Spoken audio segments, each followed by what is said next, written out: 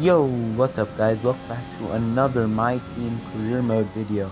And for this video, we are going to Shanghai for the Chinese Grand Prix, which is gonna be the fourth round of the Formula One World Championship for our first season in the Career Mode series. If you guys like this video, go ahead and like, drop a sub.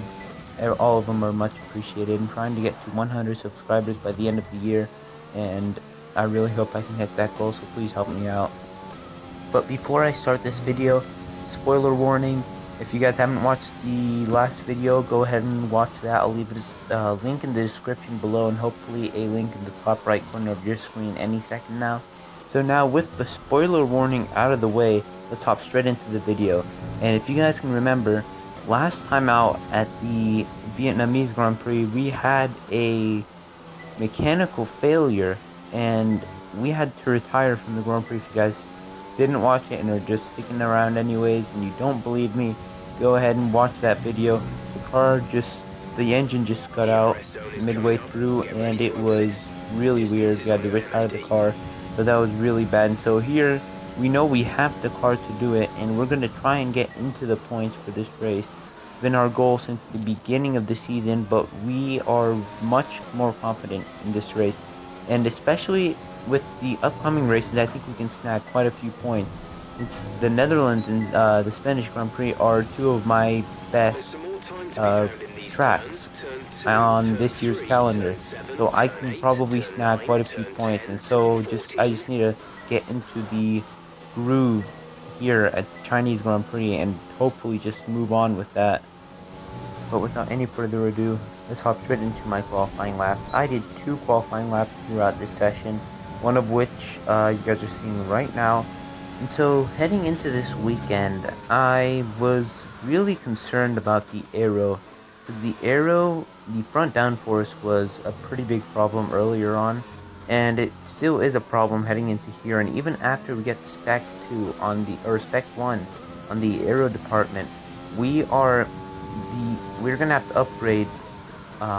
So all the next upgrades in the aerodynamics tree are gonna be major upgrades. So we're gonna have to save up, and they're gonna take a while. And with a couple back-to-back races with Netherlands, Spain, and then Monaco, it's gonna be a bit of a tough one to get. I think it might have to go like 2 or 3 weeks. It's gonna be really, really tough on us to get those upgrades in. And with the current state of our aero, I'm not very happy about that. You can see right there, I mess up my braking point, and that I lose quite a lot of time on that section of the lap. But on the chassis part of things, we are set on chassis. We can probably advance into the top 5, maybe 4 on chassis with the current state that we have. And aerodynamics is alright, we haven't done any upgrades over there. And I'm not going to touch durability for now. I'm just going to work on everything else. And once the car can compete with the midfield, we're still in that back muffler's pack at the moment. But once the car can compete with the midfield, I'm going to start working on the durability. But here you can see our first lap was a 1:34.899, which isn't that good of a lap, and it's a couple tenths off of Nicholas Latifi, but that's not what I'm aiming for. We're going over to my second lap, which was my fastest lap of the session. And crossing the line, heading down the start-finish straight, you want to go flat out at the beginning into turn 1 and then just trail brake through. You don't want to brake that much. Getting into turn 2, you want to stick really tightly to the left-hand side, short shift up to third, and then just try and slam down the power as soon as possible. And that can help you a ton with that slingshot effect. Heading into this turn, brake the 100-meter board.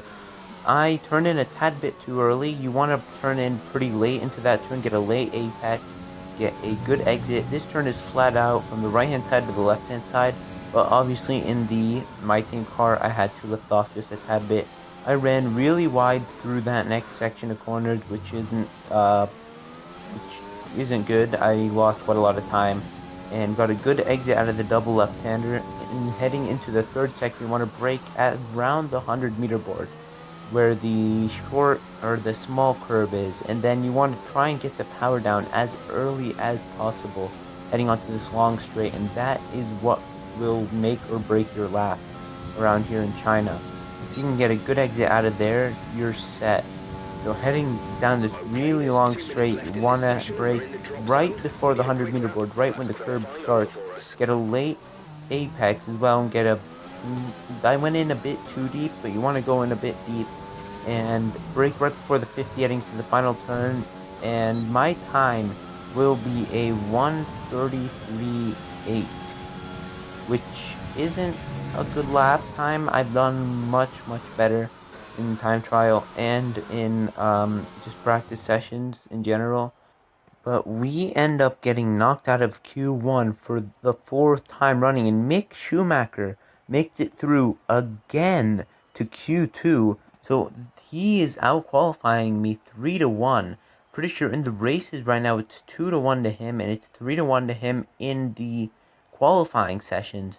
And so he's doing a great job in the other car. And I've got to start upping my game. Otherwise, I might have to become the second driver in my own team, and I do not want that to happen. Good day today. Let's have your take on it. Who would you say is your biggest rival at the moment? And here it is, ladies and gentlemen, the question we have all been waiting for, or the question that I've been waiting for anyways. Who is our biggest rival? And this is where we suggest or pick our own rival. And I don't want to go for a Williams because they're a bit too easy. So it's either Giovinazzi or Gasly, but since Gasly's in the better car, I'm going for Gasly. And here, I don't really have a comment for this question, so I just go no comment. And Well, thanks anyway. yeah, that's it. So heading straight into the race now.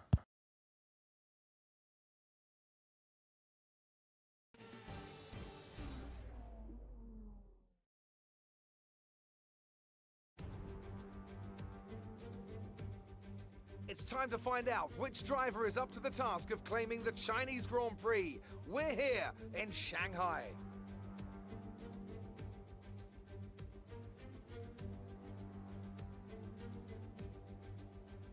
Shanghai International Circuit then, a 16-corner high-speed thrill ride. The long and ever-tightening right-hander at turns 1 and 2 tests a driver's patience, and the flat, open to the elements location, tests their skill in a crosswind. 2 DRS zones will assist passing, and overtaking is available into turn 1 and of course down the kilometre-long back straight into the hairpin at turn 14. And with me as usual is Anthony Davidson. So, let's briefly discuss Lewis Hamilton. That was a great win in the last race. Can they keep that momentum going this weekend? There are never any guarantees in this business, but certainly the performance last time out would have boosted their confidence coming into this one. Let's run you through the driver grid order for today's exciting race. Valtteri Bottas lines up on pole position, and it's Lewis Hamilton alongside. Looking at the rest of today's grid, we have Leclerc, Vettel, Max Verstappen and Albon, Ricciardo, Sainz, Norris and Sergio Perez, Stroll, Ocon, Daniel Kvyat and Giovinazzi, Schumacher, Grosjean, the owner driver and Kimi Raikkonen, Magnussen, Russell, Latifi and Pierre Gasly picks up the final grid slot today. That's it then, it's time to go racing as we head to trackside for today's race. And so our newest rival, Pierre Gasly, is starting last place, which promotes us up into P17 instead of P18. And so just getting ready for the formation lap, we are ready to gain some positions. We're starting at 17. Hopefully we can try and get driver of the day and get into the top 10, but we'll just have to wait and see. And so here we are getting ready to start the Chinese Grand Prix here, and going to 5 red lights, and away we go with 5 red lights, and we get a good start. We turn off overtake to get the traction, then we turn it right back on. We are right behind Schumacher and right behind the others, so we go for an outside line and we make it work. We go right through everyone. We get on the grass just a tiny bit, so we go a bit slowly, but we are side by side with the AlphaTauri of Kvyat. And then we have Grosjean going for a move on our right hand side, and he gets the move done. But then we go for a switch over to the inside. We just send a dive bomb down the inside all the way down to Ocon, to Esteban Ocon, and we can't do anything about that, but we still managed to get Kvyat and Roman Grosjean. We have to brake a bit heading into the next turn, but so far it's been an amazing lap 1 up into P13. Then we run wide, and Kvyat has a look around the outside, but he doesn't do anything about it, and so we keep P13 for now.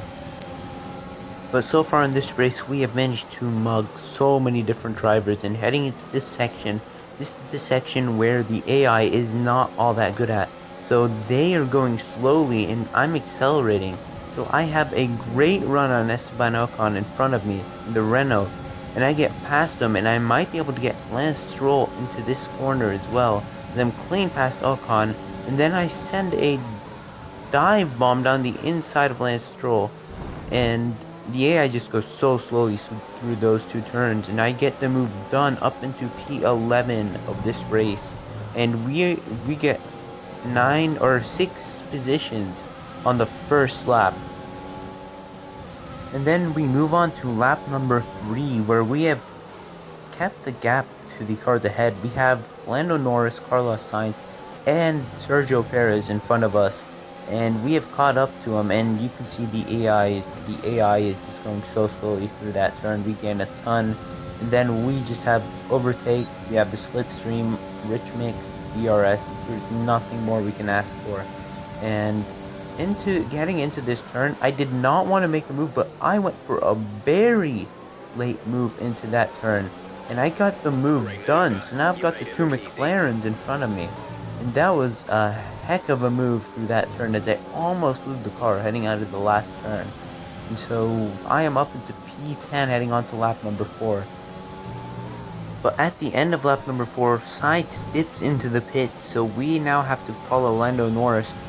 But we move up to P6 due to everyone else hitting. And so we have Carlos Sainz and Lando Norris. Ideally, the two people we want to either be right behind or come out in front, try and jump in the pits. But Sergio Perez also went into the pits to attempt an undercut. But I don't think the undercut's going to work around here because of the tire wear. I think the overcut is actually the better option. So we're just going to try and stick with Lando Norris and see what we can do here. And moving on to lap number 5, at the very end of lap number 5, we have gotten closer to Lando Norris. We have closed up the gap. We have been pushing a ton, and so we are really close to him now. You can see he's just right up the road. We had gone for another lap, we would have had DRS on him, and we get really close to his back end heading into the pits, and he's just right in front of me right now. So it's just all down to luck. I want to try and jump him this pit stop, but hopefully I won't get held up because I had him in front of me. So if I get held up by him, that's going to be a bit of a problem. I get jumped by a few other cars. And the pit crew doesn't put in the best pit stop of all times either. They put in a 2.9 second stop, but we come out in front of Lando Norris and Carlos Sainz, so we get both of them in one. You can see I'm trying to slow them down because I have cold tires, so I'm trying to slow them down through turn 1 so I can try and heat my tires up. And it works actually, so I now have a gap to both of them, and I can't really ask for a better pit stop than that. So great job with the pit crew.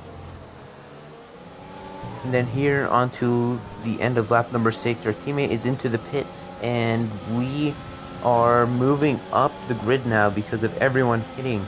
We've jumped our teammate by a bunch. I didn't know how much I was in front of him, but we are up into P8 of this race, and so now we just have to try and find the pace to stay in front of the 2 McLarens and the 2 Racing Point, which I don't think we're going to be able to do, but we're going to give it our best shot. 4 points is the minimum that we want to get if we want to actually make a dent in the championship standing. We want to do something. We'll jump in front of AlphaTauri unless they score some points. So we just got to give it our best shot here today and try to make this work. But then heading on to lap number 13, which is the penultimate lap, we run wide through the double left-hander, which gives Lando Norris a shot to overtake us. And he gets in front of us, and we just give him we don't actually give him the position. We go around the outside and make it work. I was not expecting that. I thought I gave him the position there, but I was wrong. And so now we have to use everything that's left in the tank to defend for the last lap. And really, it's just how well we can defend. And now we gotta try and keep them behind us for the rest of this race.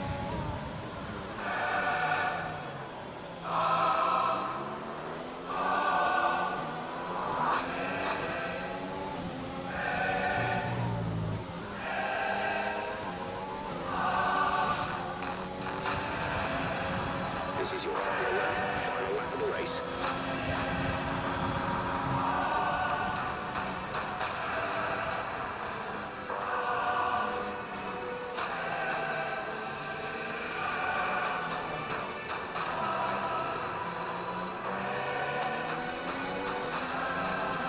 Less than a lap of fuel now. The tank is empty.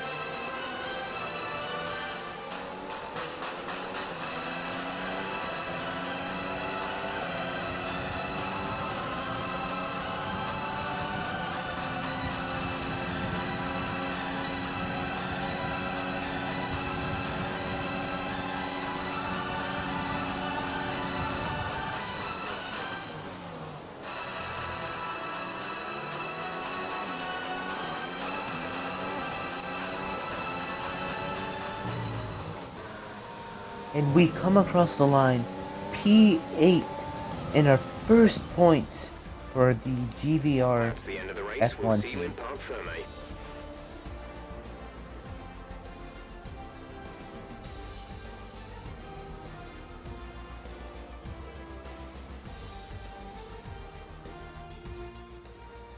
There'll be many smiles at the factory after that one. A great race and a real team performance to take the win here in Shanghai.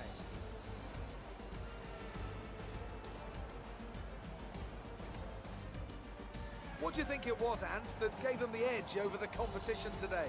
I'd say it was down once again to good, consistent driving, nailing the corners, working to the track conditions, and perfecting the team's strategies. They got all of these things right today, and the results speak for themselves. So after a magnificent race, we can now see the drivers making their way to the podium. Once again, it's the Silver Arrows who take top spot, a well-earned victory for Mercedes.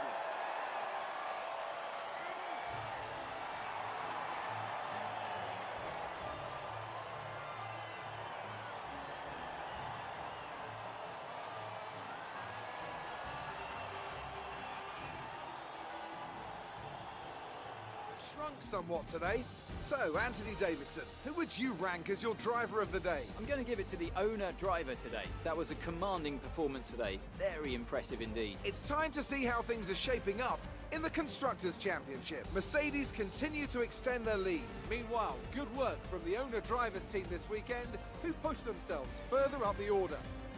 I'm equal parts exhausted and elated with this weekend of Formula One. Be sure to join us for the next one. And so there you have it, guys. We finished P8 after going from P17, and Mick Schumacher goes down from P15 to P17. So this is big. This is crucial for us in the constructors, and for me as well in the drivers. And hopefully I can get a top 10 finish in the drivers' championship. Very unlikely, but I'm still gonna give it a shot. We come home P8, almost best of the rest. Daniel Ricciardo getting best of the rest. We're right behind him. Lando Norris going for 2 moves down on that last lap. I had a green first sector. I don't remember what I had for the second and third sectors, but I was really pushing on that last lap, just trying to stay in front of him. I didn't want him to get a move off. And here we are in the standings. We move up to 7th place as a constructor, and in the drivers' champion standings, we move up to 13th. So up until now, it's been going really well. We're the lead of the backmarker teams, with McLaren, Renault, and Racing Point fighting their own midfield fight. and then Ferrari, Mercedes, and Red Bull fighting their own top fight. And honestly, we were fighting a ton with our fuel. We had very little fuel to play with on that last lap, so I'm really happy with that result.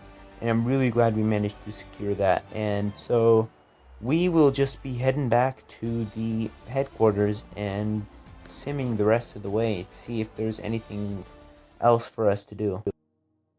And so with that, we are now leading the rivalry against Pierre Gasly 5-4. And we just need to finish it out like that. And with the team acclaim, we're not quite level 5 just yet. But with activities, we should be able to jump up to level 5. Still level 3 for us, level 5 for Schumacher. But we should be able to move up and hopefully get ourselves a new sponsor. We get a sponsor bonus from Zigzag. So that's good. And we get 50k cash in total. With me losing 50k for damage deductions. Not sure where that came from. And so now we're at 866k. Not enough to do anything, but it's a pretty good amount for now. And so right as we get back to the headquarters, we have an aero upgrade that's come in, and we have two more things. I think there were the weekly resources and the weekly costs. And so we have a press interview with Will Buxton on the 25th of April. So we have the 4 days in between to plan something out in the activities section, and afterwards we have a couple days to plan out some things in the activities section as well. And so I head over to the activities section just to see what to plan out, and I think I end up going with the funded team event and the driver promotion film at first because they help out a ton with the morale and the the driver acclaim. So that's a good thing. I think, driver acclaim. And then I went for the I think it was I don't remember what I went for actually. I think it might have been the vehicle PR training, but for the team acclaim. But that's basically, we go for the vehicle PR filming. So that's basically guaranteeing a level 5 team acclaim. And so we're going to the R&D chart just to check stuff out, and we're not actually going to get anything. We're going to save up until we have enough for the aero. It wasn't actually an aero part that came in. It was the aero reaching spec level 1.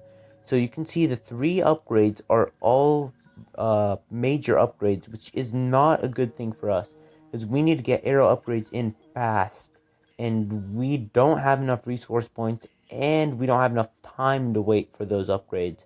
But we are doing really well in the chassis about halfway through. So we just head back over to the main overview section and sim ahead until we get our activities. First activity, we don't move up to Team Acclaim level 5, but we gain some resource points. And so I just go back to the R&D chart to check. And as of right now, we are still a bit behind in the chassis, but it's still doing really well. Chassis is not bad at all by any means. So we fast forward one more day, we get another thing. I missed what that was. I think it was another chassis upgrade. But then I fast forward to the press interview with Will Buxton. So we're just going to head over to the press interview and see how it goes. Here we are in the HQ of our newest Formula One team. We've got an awful lot to talk about, so let's jump straight in. Your second driver seems to be getting much more comfortable with their car. Have you been focusing on their development? Well, I think they are making progress, but I think the investment in the staff is really important. Would it be safe to say that in terms of team orders, your career comes first in your team? Not at all. It's still a new team. Absolutely not. There are no team orders here. We just roll by we see how it goes. Let's talk about your new second driver. How are they settling in? A bit of an odd question to ask after that first question, but I think they're settling in just fine, and we have the car now. We know that they can push it, and we can get good results. Well, thanks a lot for inviting us here. It's been fantastic. For a while to cut down our running costs. And so that was a pretty short interview by Will Buxton, but we just gotta fast forward to the Dutch Grand Prix now. Just grabbing the couple of things that we get right now. Up to 707 R&D points. We head back over to the R&D screen to check out what there is. and everything's back to normal after the other things earlier. So all the morale are normal. Just checking the R&D tree. Chassis upgrade has come in, so we should be much better on the chassis side. Chassis is amazing for this car, but the aerodynamics is not all that well. It's not working too well. So I'm just checking the facilities, just trying to see if there's anything worth upgrading, and if there's anything that I can upgrade. See, I see something in the personnel, but then I decide against it just to save up for something else. And there's just not much to do, so I just fast forward to the 29th. We get the chassis upgrade. Sorry, I thought we got the chassis upgrade beforehand. And so now I head over to the R&D screen. We have poor department morale because of the activity, but we are now the 5th best car in chassis wise, the chassis department, and so we are doing amazing in the chassis. But the aero is just stuck now. We are just stuck. And the next upgrade is going to come after 3 weeks. So we are screwed now. Another 400 R&D points, 3 weeks. And Aero is in a lot of trouble. I'm not sure what I need to do right now, but we are in a ton of trouble over there. And heading over to the corporate section, I see there is a new sponsor that we can sign. And I'm just going through, but then DSB Optics, I've seen before. And I just really like this one. I think achieve a top 10 finish.